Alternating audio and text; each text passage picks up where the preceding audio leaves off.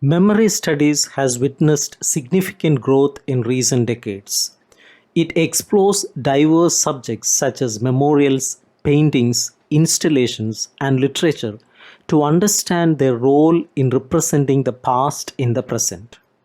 Literary theories serve as valuable tools for the broader memory studies project, especially considering that cultural memory relies on communication through media. They allow to explore narrative devices like metaphors and unreliable narration through intertextual and intercultural references, demonstrating how these devices stage the liminal aspects of memory. Memory studies considers literature to be integral, with Newman highlighting the intertwining nature of literature and memory. This connection is dual. Literary works draw on culturally predominant ideas of memory in their world creation, and through literary techniques, they aesthetically represent these ideas. Earle categorizes literary memory studies into four areas. First, the art of memory. Second, memory of literature. Third, memory in literature. And fourth, mediality of memory. In the realm of memory in literature, fictional texts uniquely expose memorial processes of characters, portraying unspoken thoughts. Fictional texts hold fictional privileges like polyvalence and interdiscursivity, enabling the staging of memory processes at various levels. Literature can intricately represent the complex interplay of individual and collective memories within cultural narratives, unconscious processes, and concrete events. The representation of memory in fiction allows for liberties in depicting the multifaceted linkages in this complex field, making visible interplays challenging to access in reality. This distinction between fictional and non fictional memories is often overlooked in favor of emphasizing similarities when applying memory research theories to literary analysis.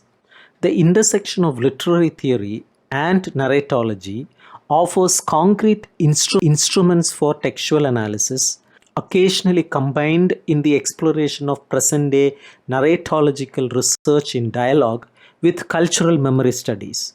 Narratology, with its focus on formal structural characteristics, proves valuable in exploring memory representation, offering techniques to probe the connection between memory and identity. The connection between remembering and narration has been crucial since foundational works in narratology. Post classical narratology, especially cognitive narratology, delves deeper into this connection, focusing on logical dimensions of memory and narrative. Literature not only depicts collected memory, but is also a medium of collective memory, shaping the knowledge content of larger social contexts. Narratology as a toolbox for looking at texts and their relation to cultural memory is integral in understanding different modes of remembering. Changes in narrative representation may affect the kind of memory retained of the past. Current literary memory research often applies social and cultural sciences theories to texts, systematically considering their structure and literary form.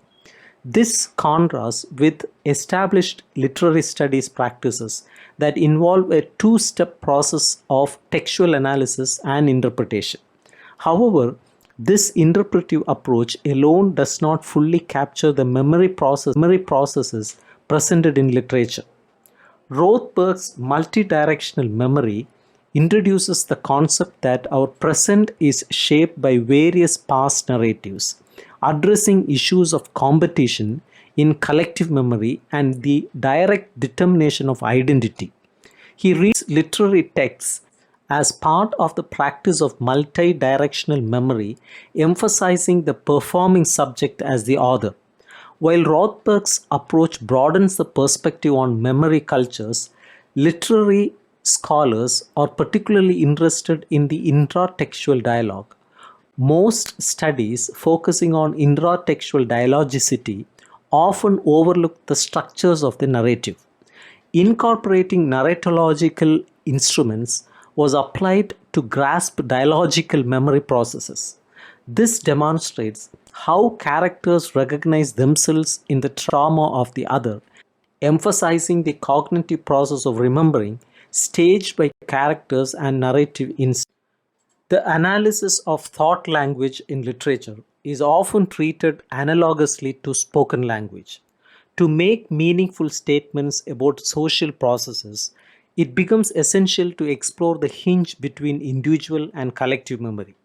Despite the uniqueness of each character's trauma, they represent shared experiences of others and engage in an inner dialogue with specific individuals as well as a confrontation with socially circulating norms and memory discourses. A thorough analysis of text structures using approaches from classical and cognitive narratology could illuminate how the text allows different memories to coexist while revealing the limits of dialogicity in trauma. Marian Hirsch's concept of post memory, which gained significant traction in literary and cultural studies, focused on the imaginative and creative aspects of transgenerational memory.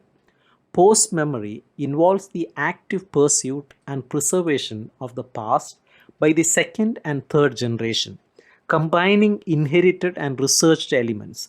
The process, termed post memorial work, emphasizes imaginative investment, projection, and creation rather than simple recall. Post memory emphasizes on the imaginative and creative dimensions of memory. This aspect aligns seamlessly with literary studies, where fictional narratives thrive on processes like imaginative investment, projection, and creation. Hirsch often grounds her observations in photographs referred to as points of memory, serving as intersections between past and present, personal remembrance, and cultural recall. Analysis demonstrated in Toni Morrison's Beloved often centers on the story level, exploring how trauma is transmitted from one generation to another. However, many applications of Hirsch's concept in literary studies lack a two-step heuristic of textual analysis and interpretation. Instead, the concept is immediately applied to the text without sufficient attention to its structure. Literary characters are sometimes viewed merely as representatives of a culture or society, overlooking the specific fictional nature of literature. A narratological perspective proves beneficial in understanding post memory and its interplay with literature. Examining characteristics of literary staging of post memorial discourse, a narratological focus reveals the presence of homodiegetic narrator, often the main agent of post memory. This narrator's account is complemented by second degree narrators, conversational reports, and various documents, creating a multi perspectival narrative.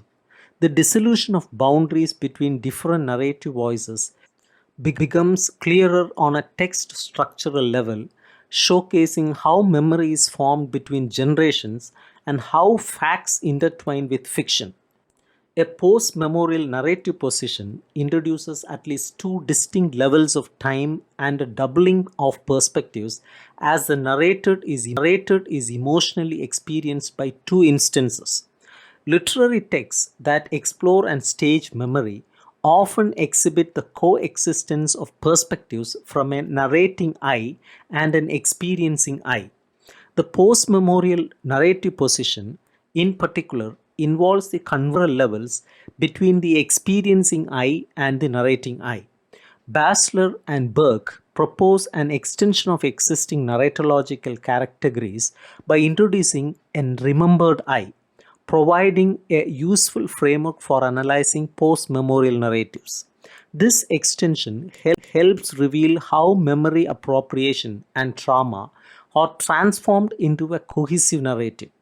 The contradictory and fragmented nature of traumatic memories is, in turn, reconfigured within the narrative structure. Many texts showcasing this transformation exhibit high self reflexivity, addressing the challenges of the memory process, including struggles for words, uncertainty about past experiences, and the emotional chaos of the narrator.